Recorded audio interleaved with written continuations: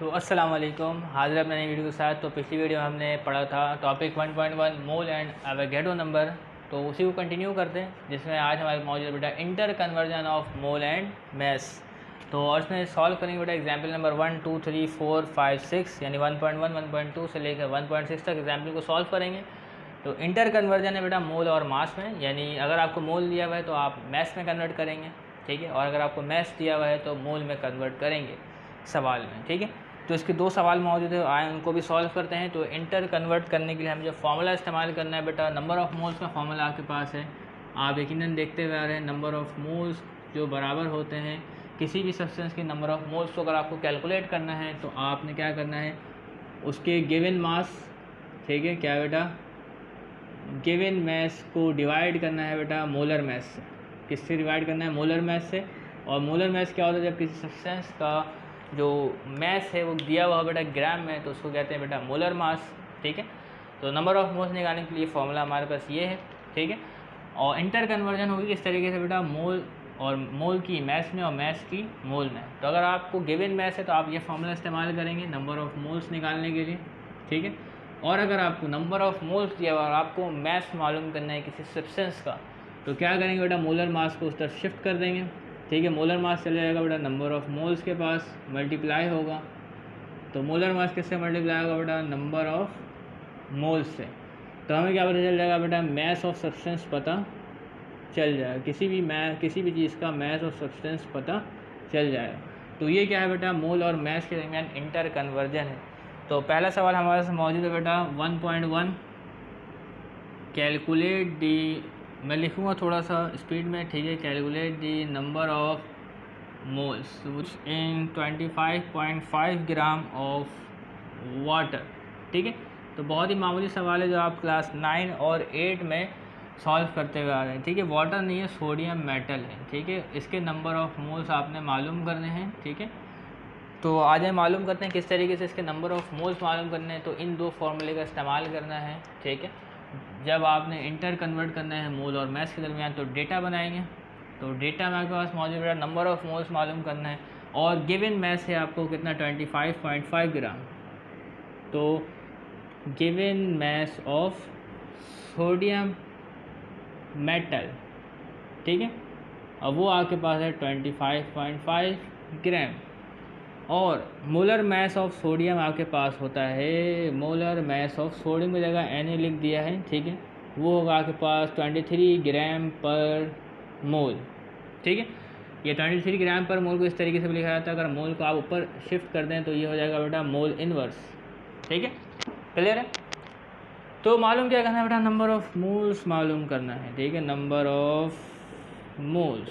तो आज हम मालूम करते हैं, ठीक है। सोल्यूशन लिखें by using this formula number of moles. तो मैं नंबर ऑफ मोल्स जगह n लिखता हूँ, वक्त बचाना है मुझे, ठीक है, ताकि आपका वक्त ज़ाया ना हो। Number of moles n is equal to given mass, ठीक है, डिवाइडेड बाय मोलर मैस। इस n का मतलब नंबर ऑफ मोल्स है, ठीक है। n का मतलब क्या बेटा, नंबर ऑफ मोल्स है, कोई गलत ना कर दे इसे, ठीक है। तो वैल्यूज पुट करें, गिवन मैस क्या है आपके पास 25.5 ग्राम, ठीक है, डिवाइडेड है मोलर मैस क्या है बेटा 23 ग्राम इंटू मोल इनवर्स, ठीक है। ये मोलर मैस की यूनिट है, ग्राम इंटू मोल इनवर्स इसकी यूनिट है बेटा, मोलर मैस की यूनिट है। तो अब क्या है बेटा, तो अगर इसके मैग्नीट्यूड को डिवाइड करते हैं तो वो आएगा 1.11, ठीक है, 1.11। आज फास्ट से मेरा कैलकुलेटर ख़राब हो गया तो मैंने इसको पहले से सॉल्व करके रखा हुआ, ठीक है। तो इसको डिवाइड करेंगे तो आपके पास आएगा बेटा 1.11 मोल। यूनिट भी तो लिखनी है, यूनिट नहीं लिखेंगे तो काम ख़राब हो जाएगा, ठीक है ना। दुकान जाए आप चावल खरीदने और उसको यूनिट ही ना बताएं, बस चावल दे दो, मैग्नीट्यूड बता दें 5 चावल दे दो, इसका मतलब क्या होगा, कोई मतलब नहीं होगा, अंडरस्टैंडेबल नहीं होगा। तो क्या बेटा, ग्राम से ग्राम कैंसिल, ठीक है, और नीचे मोल इनवर्स है। मोल अगर ऊपर जाएगा तो ऊपर लिखाएगा इस तरीके से मोल, ठीक है। तो कितना मोल मौजूद बेटा, number of moles of sodium मौजूद है, तो 1.11 मोल ऑफ Na मेटल मौजूद है। तो इस सवाल में आपको दिया था, आप नंबर ऑफ मोल्स मालूम करना था इतने ग्राम सोडियम मेटल का, तो नंबर ऑफ मोल्स हमें पता चल गया बेटा 1.11 मोल जो है वो इसके मौजूद है। तो इसी तरीके से हमारा जो दूसरा सवाल है उसको भी यहीं पे सॉल्व करते हैं। तो वो क्या है हमारा दूसरा सवाल, तो दिया हुआ है कैलकुलेट दी मैस ऑफ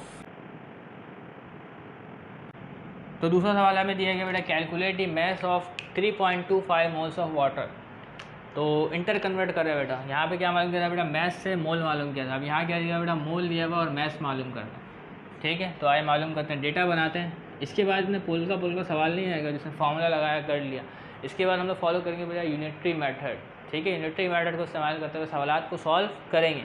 ठीक है, तो आ जाएँ सॉल्व करते हैं। डेटा क्या दिया बेटा, नंबर ऑफ़ मोल्स हमें दिया हुआ है, number of moles of water. अगर आपको ये तो मामूली चीज़ें आती हैं आप स्किप भी कर सकते हैं। ठीक है, क्योंकि बहुत सारे लोगों को नहीं भी आती, तो उनको तो सीखना है ना। 3.25 मोल्स मौजूद है। नंबर ऑफ़ मोल्स कितने मौजूद बेटा वाटर का, 3.25 मोल। और डेटा तो दिया हुआ नहीं है, क्या होगा, सवाल इनकम्प्लीट है। नहीं, मोलर मास तो आपको खुद लिखना पड़ेगा ना बेटा।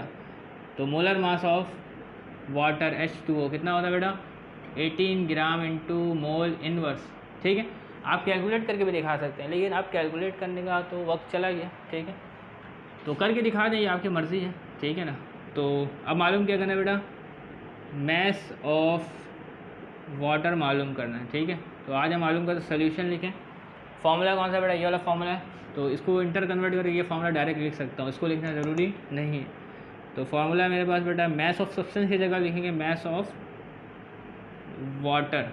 ठीक है, और लिखेंगे बेटा number of moles of water multiply molar mass, multiply molar mass. या इसको ऐसे भी कर सकते हैं फॉर वाटर, या वाटर कौन लिखेगा इतना, छोड़िए नहीं लिखेंगे इतना वाटर, अगर number of moles multiply molar mass. ठीक है, सवाल तो एक ही है ना, कोई मसला थोड़ी है। तो नंबर ऑफ मोल्स दिया हुआ आपको 3.25 मोल मल्टीप्लाई मोलर मैस आपके पास है 18 ग्राम इंटू मोल इनवर्स। ठीक है, तो क्या है बेटा 3.25 मल्टीप्लाई होगा बेटा 18 से, तो आपके पास जो मैग्नीट्यूड आएगा वो आएगा आपके पास 58.5। अब यूनिट को कैंसिल करते हैं बेटा, ये मोल इनवर्स है, कट गया किससे, इससे, क्योंकि मोल के पास पावर +1 है। ठीक है, कुछ नहीं है तो +1 है, तो इससे कट गया, बचा क्या आपके पास, सिर्फ ग्राम बचा। तो कितना ग्राम आया बेटा वाटर आपके पास, तो मैस ऑफ वाटर आपके पास मौजूद है बेटा 58.5 ग्राम। तो बढ़ते हैं बेटा क्वेश्चन नंबर 3 की तरफ। तो क्वेश्चन नंबर 3 हमारे पास क्या है, इसको देख लेते हैं। तो तीसरा सवाल हमें दिया गया है 1.3 में, एग्जाम्पल 1.3 में कैलकुलेट नंबर ऑफ मॉलिक्यूल्स। ठीक है, एग्जाम्पल है ये 1.3। तो calculate number of molecules in 610 यानी 610 ग्राम आपके पास मौजूद है एक एसिड जिसका नाम है बेंजोइक एसिड, और उसका मॉलिक्यूलर फॉर्मूला आपको दिया हुआ है। मालूम करें बेटा नंबर ऑफ मॉलिक्यूल्स। तो नंबर ऑफ मोल्स मालूम कर लिया, मैस भी मालूम कर लिया। ठीक, इंटर कन्वर्जन मोल और मैस हो चुका है। तो अब मालूम करना बेटा नंबर ऑफ मॉलिक्यूल्स। तो आज हम मालूम करते हैं। तो नंबर ऑफ मॉलिक्यूल्स मालूम करना है, कैसे करेंगे भाई, नंबर ऑफ मॉलिक्यूल्स मालूम करना है, मतलब इसमें एक चीज़ आ जाएगा, एक फैक्टर इस्तेमाल होगा। कौन सा बेटा, एवोगैड्रो नंबर इस्तेमाल होगा। तो जब भी number of molecules atom ion formula unit आ जाए तो बेटा एवोगैड्रो नंबर लाजमी इस्तेमाल होगा। लेकिन हमारी किताब में सवाल को सॉल्व किया गया है वो फॉर्मूले से सॉल्व नहीं किया गया है, तो वो यूनिटरी मेथड से सॉल्व किया गया है। तो आज पहले सबसे पहले इसका डेटा निकाल दें, फिर यूनिटरी मेथड से भी सॉल्व करेंगे, फॉर्मूले से भी सॉल्व करके आपको दिखाएंगे। ठीक है, तो आज सॉल्व करते हैं। सबसे पहले डेटा हमारे पास मौजूद है। तो मैस ऑफ बेंजोइक एसिड दिया हुआ है आपको, मैस ऑफ बेंजोइक एसिड, तो वो क्या है आपके पास 610 ग्राम। ठीक है, और मोलर मैस आपने निकालना है बेंजोइक एसिड का, molar mass of benzoic acid इसका मतलब है। ठीक है, तो आज हम मोलर मैस निकालते हैं। फॉर्मूला क्या है हमारे पास, C7H6O2। तो कार्बन बेटा कितना है टोटल, कार्बन का जो आ गया मोलर मास होता है 12 और टोटल कार्बन है 7, बीच में प्लस और हाइड्रोजन आपके पास मौजूद है टोटल कितना बेटा, हाइड्रोजन का एक मोलर मास होता है 1 और हाइड्रोजन है टोटल 6, और ऑक्सीजन आपके पास टोटल मौजूद है 2 और उसका मोलर मास होता है 16। तो इसको मल्टीप्लाई करने में जो आपके पास मोलर मास आएगा तो वो होगा आपके पास, तो मेरे पास कैलकुलेटर तो नहीं, तो मैं इसको ऐसे ही कर लेता हूँ। ठीक है,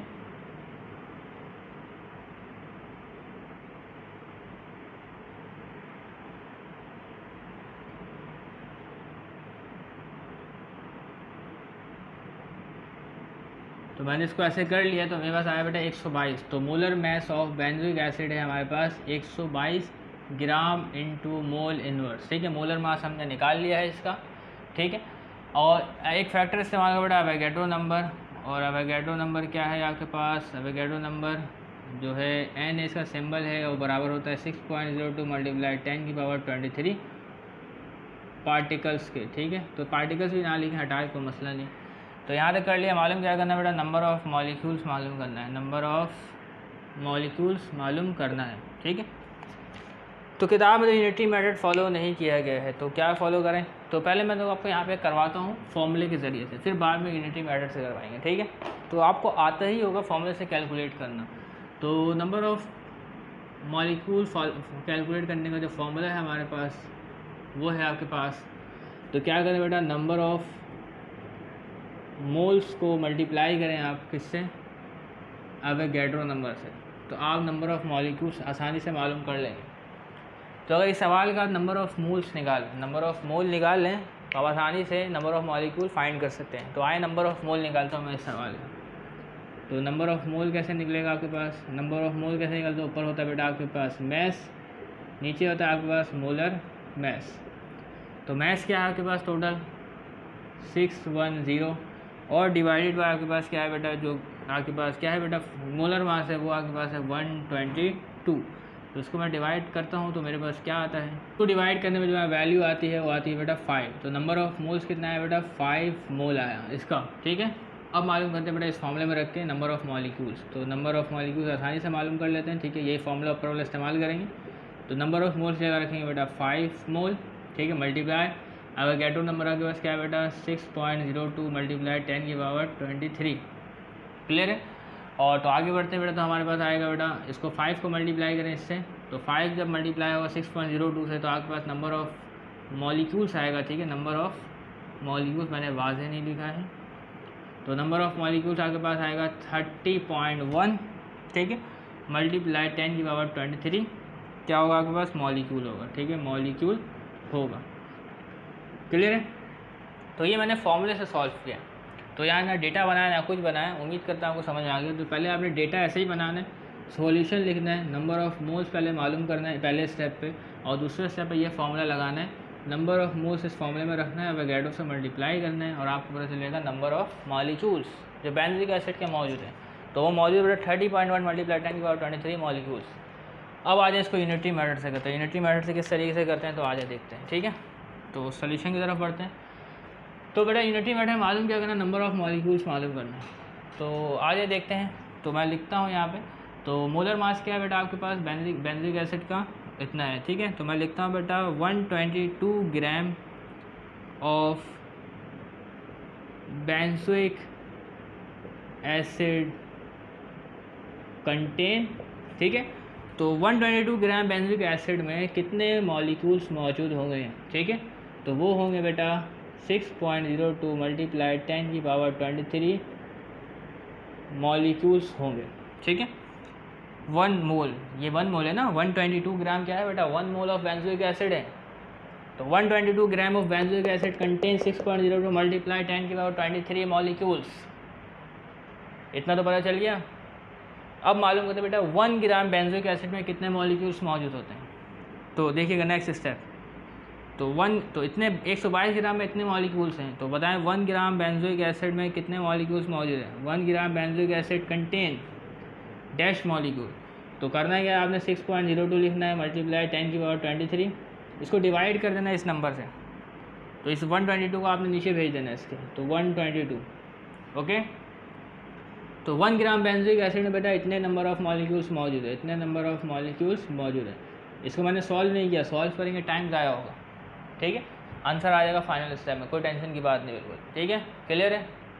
तो 1 ग्राम बेंजोइक एसिड में इतने नंबर ऑफ़ मॉलिक्यूल्स मौजूद है, 6.02 मल्टीप्लाई 10 की 23 डिवाइड बाई 122 इतने मॉलिक्यूल। तो मालूम किस में करना है हमें, 610 ग्राम बेंजोइक एसिड में मालूम करना है। तो 122 ग्राम का निकाला, उससे 1 ग्राम का निकाला, ये यूनिटरी मेथड फॉलो हो रहा है, इस तरीके का बोलते हैं यूनिटरी मेथड। 122 ग्राम का निकाला, 1 ग्राम का निकाला, अब निकालना है बेटा 610 ग्राम का। तो आ जाए 610 ग्राम का निकालते, तो 610 ग्राम 610 ग्राम ऑफ बेंजोइक एसिड, इसका मतलब बेंजोइक एसिड, ठीक है। तो 610 gram of benzoic acid contain कितने मॉलिक्यूल तो आपने इस चीज़ को दोबारा वैसे ही लिख देना है 6.02 मल्टीप्लाई 10 की पावर 23 डिवाइडेड बाय 122 और मल्टीप्लाई कर देना है इसी को 610 से, ठीक है, 610 से, और जैसा लिखा हुआ तमाम चीज़ें आपने उसी तरीके से लिख देनी है, ठीक है, लिख दें। अब क्या करना है बेटा, नेक्स्ट स्टेप में सॉल्व करना है। तो नेक्स्ट स्टेप में ये लिखना है बेटा 610 ग्राम ऑफ बेंजोइक एसिड भी ये लिख दिया है, ठीक है, कंटेन। इसको जब सॉल्व करेंगे आप तो आपके पास जो वैल्यू आएगी वो होगी 30.1, ठीक है, मल्टीप्लाई 10 की पावर 23। मैं सॉल्व नहीं करा क्योंकि मेरा कैलकुलेटर अवेलेबल नहीं है, आज ही कैलकुलेटर मेरा जो है वो ख़राब हो गया, पता नहीं क्यों, ठीक है। तो इस तरीके से क्या है बेटा, ये जो आपके पास जो एग्जाम्पल 1.3 इसको हमने सॉल्व कर दिया, जिसमें हमें मालूम है नंबर ऑफ़ मॉलिक्यूल्स। ये आप तरीका बचपन से क्लास 9 में करते हुए आ रहे होंगे और इस तरीके को इस बार आपकी किताब में फॉलो किया यूनिटरी मेथड, क्योंकि आगे जो सवाल आने वाले हैं उसको हम यूनिटरी मेथड से भी सॉल्व करेंगे। तो ये तरीक़ाकार आपको आना चाहिए, तो आप इस तरीके के कार को फॉलो मत कीजिएगा, ठीक है, बता दिया, लेकिन आपने फॉलो करना है इस तरीके के कार को, ठीक है।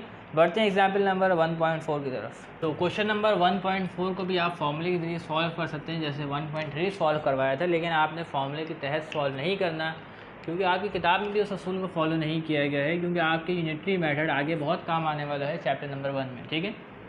तो बहुत ही मकबूल तरीका है यूनिटरी मेथड काम करने के लिए। तो आज कैलकुलेट द मास ऑफ, इतने आइटम्स का मास मालूम करना है आपने, ठीक है, इतने आइटम का आपने मास मालूम करना है, वो भी किसके बेटा, गोल्ड के। और मोलर मास आपको दिया हुआ है 197 ग्राम पर मोल, ग्राम पर मोल है बेटा, ठीक है, मोल इन्वर्स में लिखा हुआ, मसला कोई नहीं। तो आज हम मालूम करते हैं, डेटा बनाते हैं, ठीक है। तो गिवन मास है हमारे पास, गिवन मास ऑफ गोल्ड वो है 4.39 मल्टीप्लाई 10 की power 24 atoms, okay. Molar mass of gold, molar mass of gold 197 gram into mole inverse, clear. यहाँ पे एक एवोगैड्रो का फैक्टर भी इस्तेमाल होगा, ठीक है, नहीं एवोगैड्रो का फैक्टर इस्तेमाल नहीं होगा क्योंकि हम फॉर्मूला इस्तेमाल नहीं करें, लेकिन आप लिख लें बिल्कुल इस्तेमाल होगा। एवोगैड्रो बराबर होता है Na is equal to 6.02 multiply 10 की पावर 23 के, क्लियर। मालूम क्या करना है बेटा, मैथ्स मालूम करना है, ठीक, कैलकुलेट है मैथ्स मालूम करना है। ये तो नंबर ऑफ़ एटम दिया है, मैंने गलत लिख दिया, ठीक है, नंबर ऑफ़ एटम दिया हुआ है, तो नंबर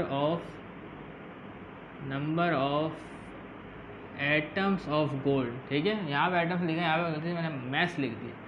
तो मालूम करना है बेटा, मैथ्स ऑफ गोल्ड मालूम करना है, मैथ्स ऑफ गोल्ड मालूम करना है, ठीक है। मैं बड़ा शॉर्ट लिखने की कोशिश करता हूँ, ठीक है, लेकिन लिख नहीं पाता, कोशिश करता हूँ मैं शॉर्ट लिखूँ, लेकिन लिखा नहीं जाता, क्योंकि बहुत सारे बच्चे जिनको नहीं समझ में आएगा तो उनके लिए करते करते ये आदत हो गई मुझे, ठीक है। तो आज सॉल्व करते हैं, मैथ्स मालूम करना है, जिसको मालूम करना है, ठीक है, उसको आप इस साइड में लिखेंगे, ठीक है, इस साइड में लिखेंगे। तो आपने क्या मालूम करना है बेटा, मैथ्स मालूम करना है, ठीक है। तो मैथ्स मालूम किस तरीके से करेंगे तो आज देखते हैं, ठीक है। तो शुरू करते हैं भाई, गोल्ड है हमारे पास, ठीक है, गोल्ड है, तो भाई 6.02 मल्टीप्लाई 10 की पावर 23, ठीक है, एटम्स ऑफ गोल्ड कंटेन, ठीक है, 6.02 मल्टीप्लाई 10 की power 23 atoms of gold contain.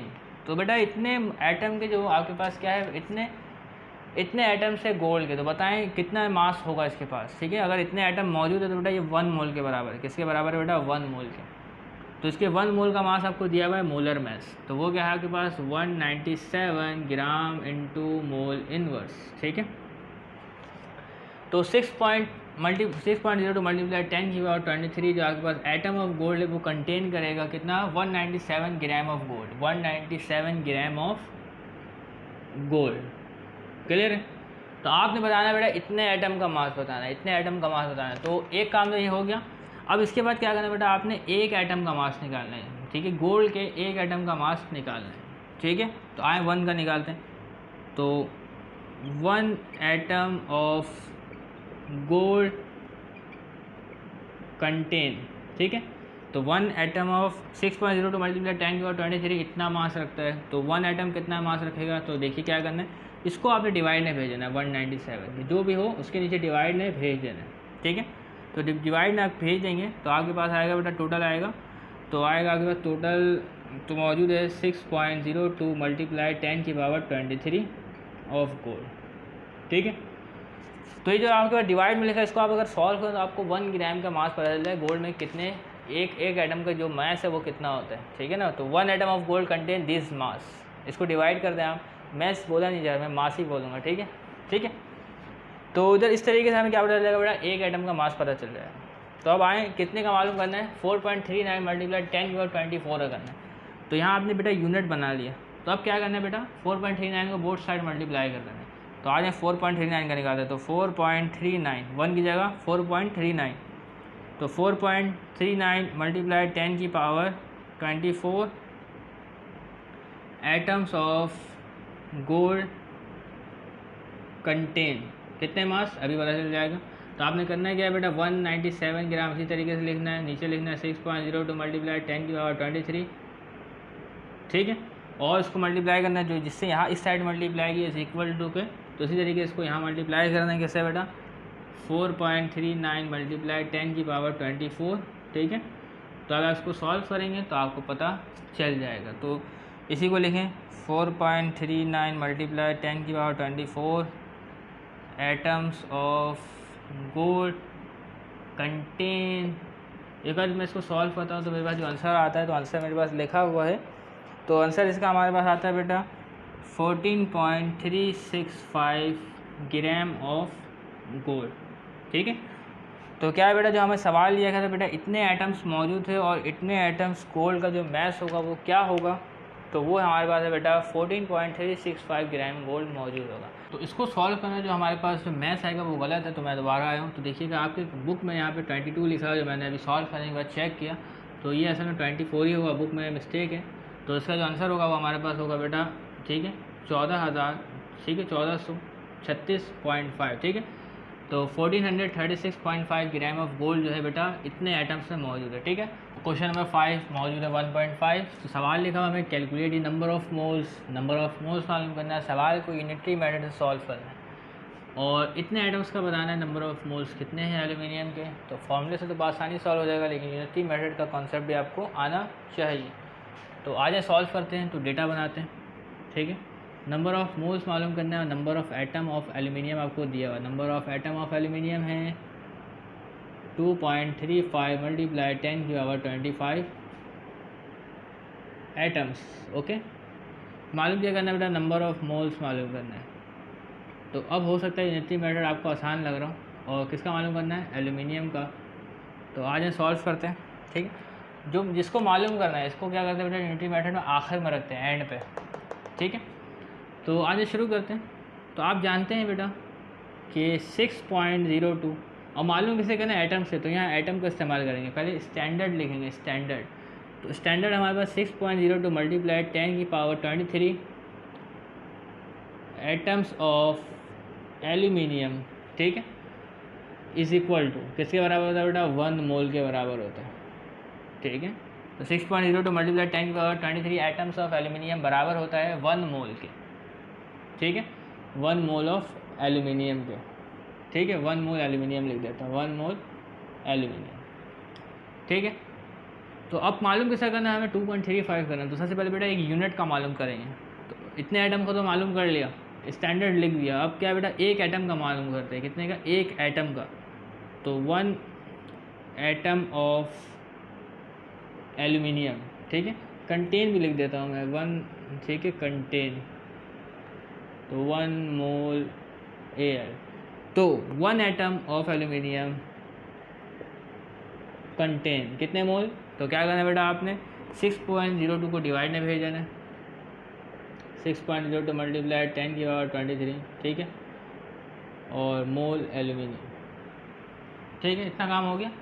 अब नेक्स्ट स्टेप करना, आखिरी स्टेप क्या होगा बेटा, मालूम करना है इसको। तो तीसरे स्टेप में क्या करेंगे बेटा, 1 की जगह इसको मल्टीप्लाई कराएंगे बोथ साइड, यहाँ पे मल्टीप्लाई करेंगे और यहाँ पे मल्टीप्लाई करवाएंगे। देखिएगा किस तरीके से। तो 2.35 मल्टीप्लाई 10 की power 25 atoms of aluminium contain, तो कितने मोल आएंगे ज़रा देखते हैं। तो क्या बेटा, ऊपर 1 लिखा हुआ है और नीचे क्या लिखा हुआ है, 6.02 मल्टीप्लाई 10 की पावर 23। ठीक है। एक्स्ट्रा काम क्या करना है कि 1 की जगह आपने ये लिखा था, यहाँ मल्टीप्लाई आएगा तो यहाँ पे भी करवाना पड़ेगा। ठीक है, बात समझ में आ रही? तो आइए इसको मल्टीप्लाई करवाते हैं हम।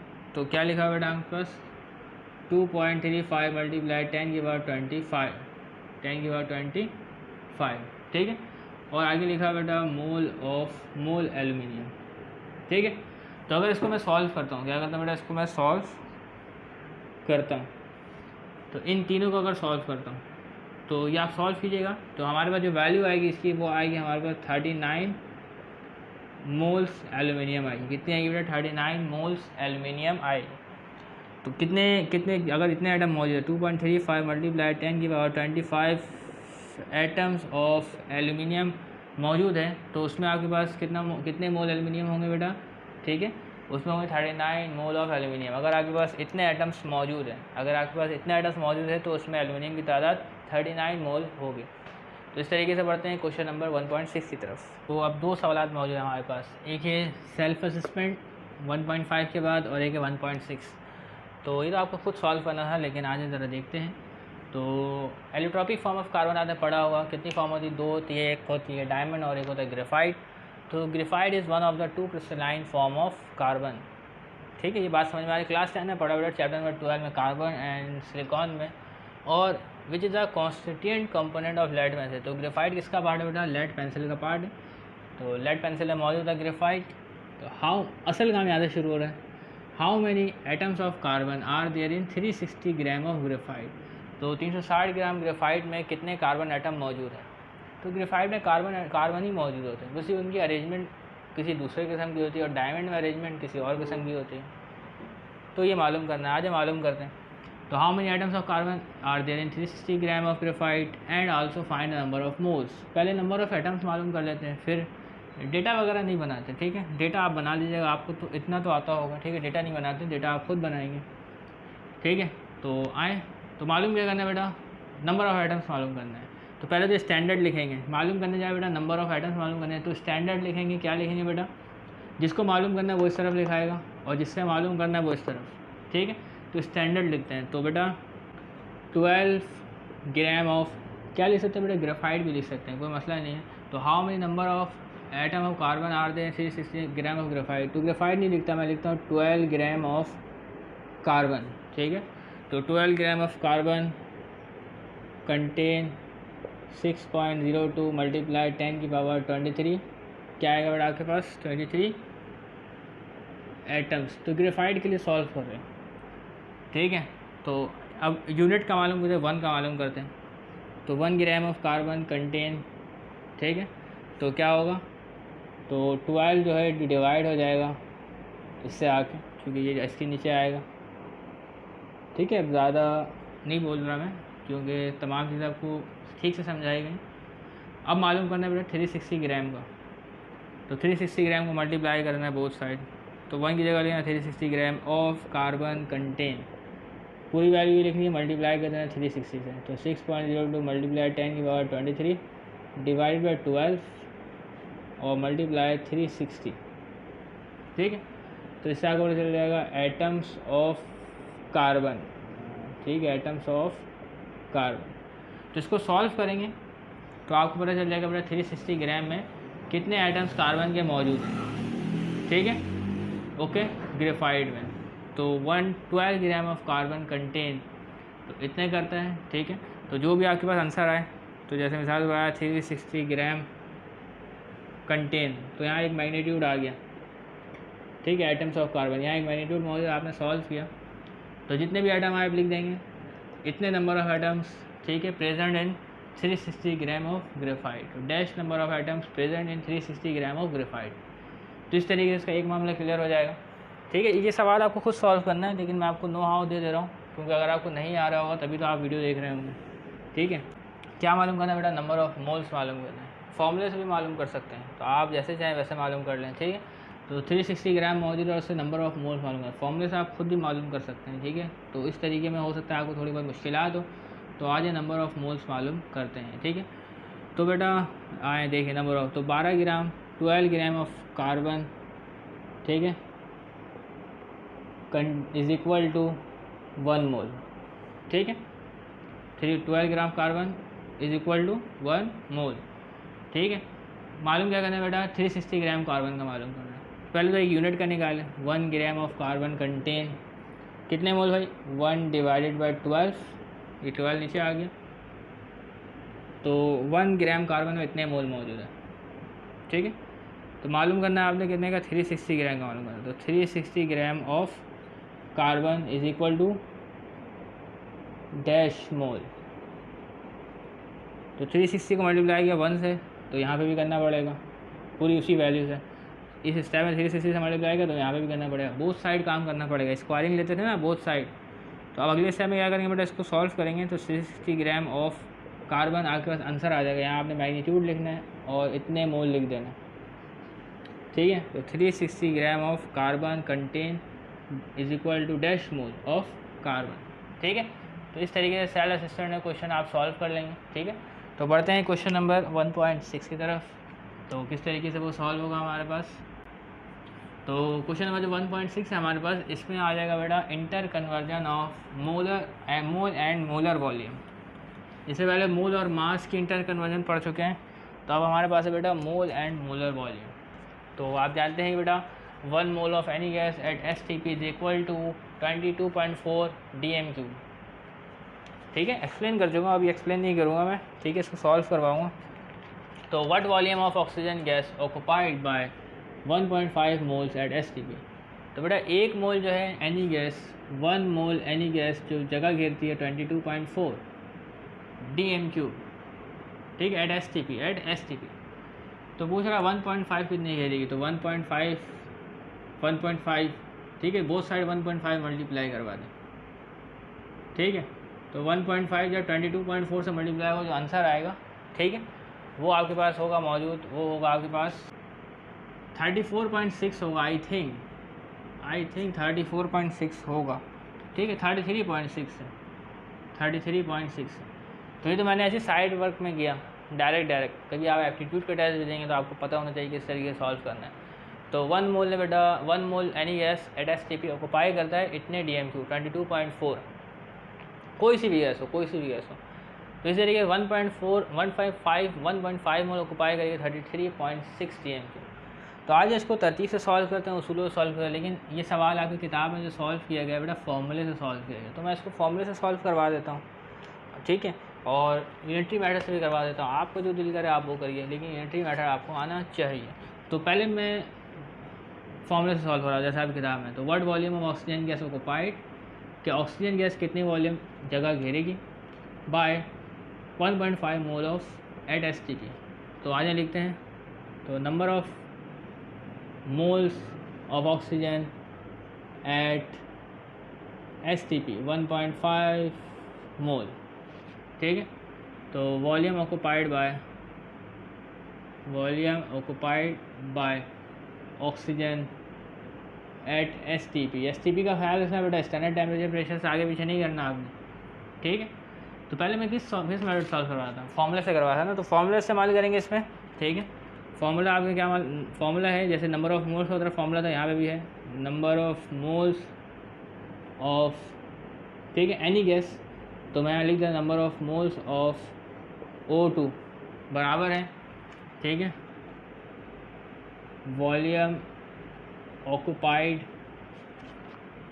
Bye O2 at STP। ठीक है, और डिवाइडेड बाय आपके पास होगा molar volume,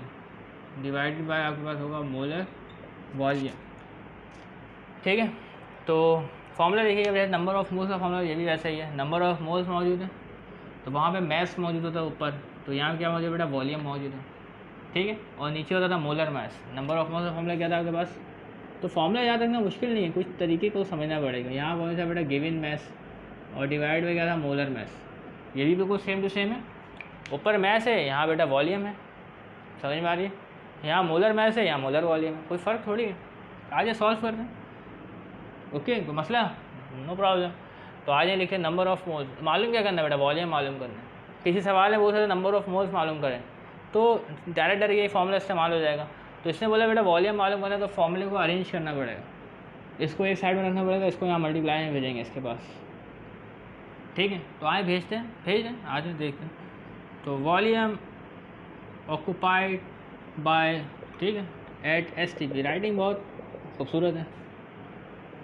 number of mole of O2 multiply molar volume. Okay, volume कर लेते क्या आता है हमारे पास, ठीक है। देखिए मैंने वहाँ पे बिल्कुल डायरेक्ट किया था 1.5, तो यहाँ पे देखिए 1.5 आएगा, यहाँ पे मोलर वॉल्यूम आएगा, ठीक है। लेकिन आप अभी नहीं कर पाएंगे, प्रैक्टिस करेंगे तो आ जाएगी आपको। तो number of moles of oxygen कितना है, 1.5, देख सकते हैं आप। ओके, क्लियर है। मोलर वॉल्यूम कितना है, मोलर वॉल्यूम आप जानते हैं वो फिक्स है 22.4 dm3। सॉल्व करें इसको तो 33.6 dm3 आएगा एट STP। तो 1.5 मोल ऑफ ऑक्सीजन का जो आपके पास वॉल्यूम आएगा वो होगा 33.6 dm3 एट STP। तो इस सवाल को आपने फॉर्मूले से समझ लिया, यूनिटरी मेथड से भी अगर चाहते हो समझ लें। अगर आपको आगे जाना है तो आपको सीखना पड़ेगा, ठीक है ना। तो आज यूनिटरी मेथड सीखते हैं। तो यूनिटरी मेथड से किस तरीके से होगा हमारे पास, तो यूनिटरी मेथड से करने के लिए हमें जो चीज़ मालूम करनी है उसको इस तरफ रखना है, और जिससे मालूम करना है उसको इस तरफ रखना है। मालूम क्या करना है बेटा, ऑक्सीजन, ठीक है, तो उसको इस तरफ रखेंगे, और जो मोल है इसको इस तरफ। तो पहले स्टैंडर्ड रखना है, क्या रखना है बेटा, स्टैंडर्ड। तो स्टैंडर्ड क्या है कि 1 मोल ऑफ एनी गैस, ठीक है, एनी गैस नहीं लिख रहा, 1 mole of oxygen gas at STP occupies volume 22.4 dm3। Line समझ में आ रही कि 1 मोल ऑक्सीजन एट STP में वॉल्यूम जो ऑक्यूपाई कर रहा है वो है 22.4 dm3, ठीक है। तो अब यूनिट निकालेंगे, ओ यूनिट तो निकला हुआ है, कोई मुश्किल नहीं है, ठीक है ना। तो 1.5 का निकालना है तो आप इसको 1.5 से बोथ साइड मल्टीप्लाई कर दें, पता चल जाएगा। तो 1 का निकला हुआ है ना, तो 1.5 का कर दें। तो 1.5 क्या होगा बेटा, 1.5 बोथ साइड मल्टीप्लाई करवा दें। तो 1.5 mole of O2 gas at STP occupies volume of 1.5 multiply over 22, बल्कि नहीं ऐसा कर लें 22.4 मल्टीप्लाई 1.5 dm3। तो ये आंसर आएगा आपके पास जो पहले आया था 33.6 dm3, ठीक है। तो 1.5 mole of oxygen at STP contain 33.6 dm3। तो उम्मीद करते हैं कि ये तमाम सवाल आपको समझ में आ गए होंगे। तो मिलते हैं नेक्स्ट वीडियो में जिसमें टॉपिक्स को आगे बढ़ाएंगे। तब तक के लिए इजाज़त दीजिएगा और चैनल को ज़रूर सब्सक्राइब कीजिएगा। तब तक के लिए इजाज़त दीजिएगा। अल्लाह हाफ़िज़।